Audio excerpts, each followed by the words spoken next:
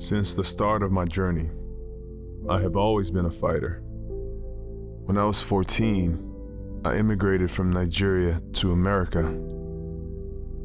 I just wanted to make my family proud. Season is now complete. The Golden State Warriors are the 2015 NBA champions. Their first title in 40 years. And how sweet it must be. When I first started playing basketball at the age of 16, I got cut from my high school team.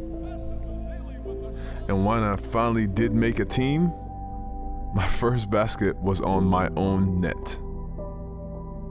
So you see, the idea of making it to the NBA was laughable. Not long after winning my first NBA championship, I injured my knee.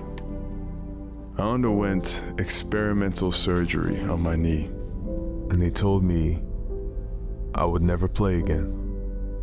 They were wrong. You see, you can't control the challenges that life puts in front of you.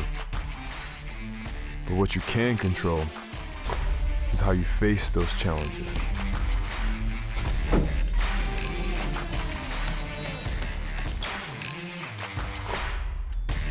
What do I say to everyone who doubted me? Everyone that said it would be too hard, that I couldn't make it? What do I say to them? I say what I've always said. Just watch me.